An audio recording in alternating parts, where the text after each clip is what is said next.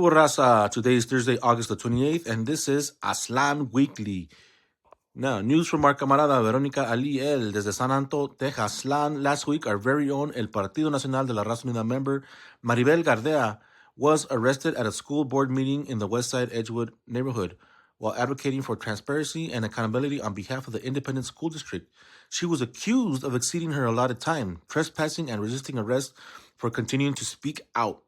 Maribel, who is also executive director of Mindshift Education, a nonprofit dedicated to the empowerment of underserved families, was forcefully detained by local law enforcement for nearly 3 hours in the school's administrative office's parking lot. She was eventually taken to county jail.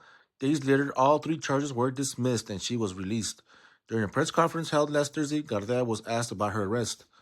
"I did what I had to do," she explained. "Y la lucha sigue, and the community will never be silenced." Now, from our camarada Andrea Martinez as the Nuevo Mexicaslan, or Nuevo Mexico, last Monday, State Governor Michelle Lujan Grisham, Democrat, was invited by state Republican leaders, Triple K, to visit Nuevo Mexico's largest migra detaining facility in Otero County, the Otero County Processing Center. She did not accept the invitation. On average, this facility detains nearly 1,000 migrants kidnapped by ICE. It is speculated that Governor Lujan is attempting to ban all immigration detention facilities in Nuevo Mexico. As to why she could not attend a tour of the detainment center's concentration camps, Lujan's team explained her schedule is simply too busy, quote-unquote busy, indicating to critics that she carelessly avoided the pressing issue. And from our camarada Robert Ramirez desde Colorado, Aslan Tristezas, as he reports, like the Colorado Sun, a nonprofit news outlet, last Wednesday, 6 men, all raza, mostly family, were found dead at a rural dairy farm in Keansburg. 4 of the victims were related: Alejandro Espinosa Cruz and his sons Oscar Espinosa Leos, a high school student, and Carlos Espinosa and in-law Jorge Sanchez. The other 2 men were Ricardo Gomez Galvan and Noé Montañez Casañas. Although authorities suspect the men died of lethal exposure to gases from bursted pipes on the farm, further testing is needed. Que descansen en paz. Mourning community members have since gathered for prayer and to raise funds for the victims' families.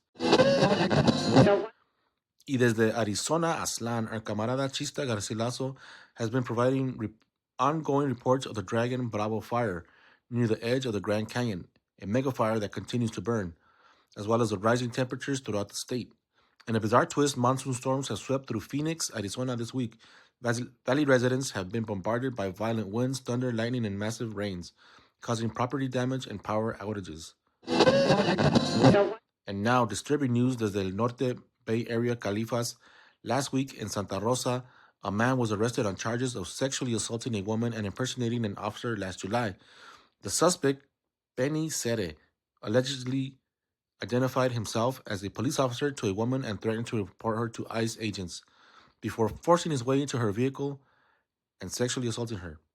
Although the victim's identity has not been disclosed, it's important to note that migra kidnappings of raza have become more and more frequent in northern Califas, which is why authorities believe the victim did not report the crime sooner, her fear of deportation.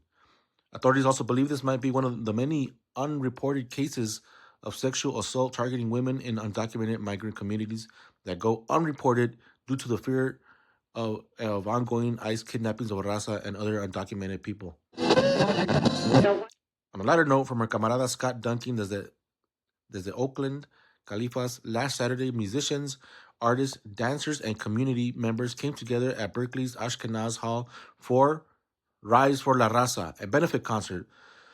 The night was filled with music, visual art, and dance, all in the name of community solidarity and justice for migrants and immigrants. Funds raised will go to La Raza Community Resource Center, a Bay Area organization supporting families, documented or not, with food, legal, and housing services. Now from our camarada Hashir Quintos desde Centro Califas. As reported earlier, ICE kidnappings and other migra agents have been making their way up into northern parts of Califas. As such, community members that spot immigration agents in Madera are urged to call the Valley Watch Network at 559-206-0151. 559-206-0151. The Valley Watch Network posts alerts of ICE presence for community members. It is organized by Faith in the Valley, a multi-faith, multiracial coalition of congregations, students, and community partners across the region. For ICE alerts and more information, visit their Instagram account by searching Faith in the Valley. And now, events in Aztlán. From our camarada Chista Garcilaso desde Arizona, Aztlán, on Friday, August 29th, the band, the Chicano Blues Syndicate, will perform a night of Chicano sounds, blues, rock, y puro corazón on stage at the El Dorado Bar and Grill in Scottsdale. Bring family, friends, y queridos for food and drinks y música. Let's keep our cultura alive.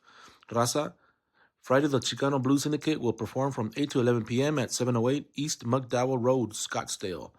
Our camarada Chista Garcilaso also reports on Sunday, August 31st at 12 noon, Palabras Bilingual Bookstore will host a New Sons Book Club conversation on the Book of Delights, a monthly gathering that creates a space to imagine and reimagine a world beyond white supremacy, patriarchy, and capitalism. Come share your ideas along with your love of literature, as there are tons of books to pick from. Palabras Bilingual Bookstore is located at 906 West Roosevelt Street, Unit 2, Phoenix, Arizona. For more information, visit palabrasbookstore.com.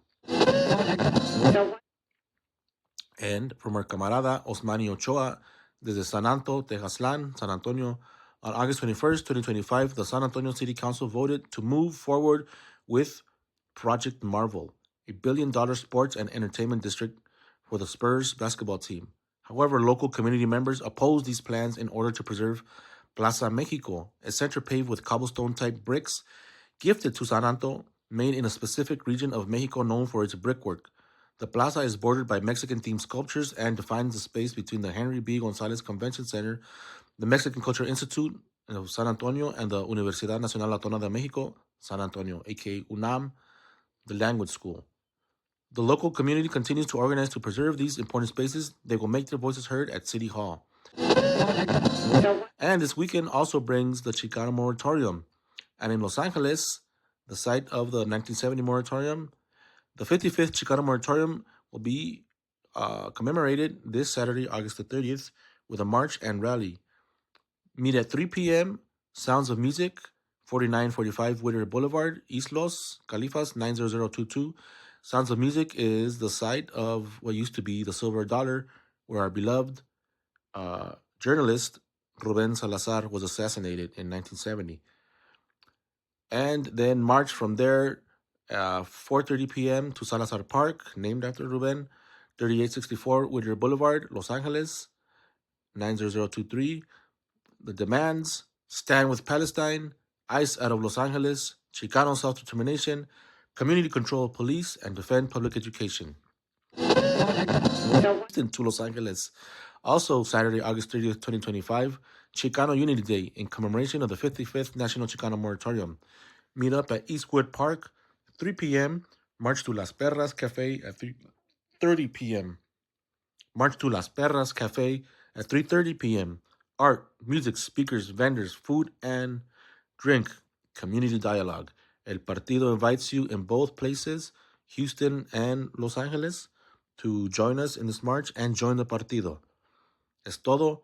Que viva la raza. Que viva Aztlán Libre. ICE out of Aztlán. Gracias.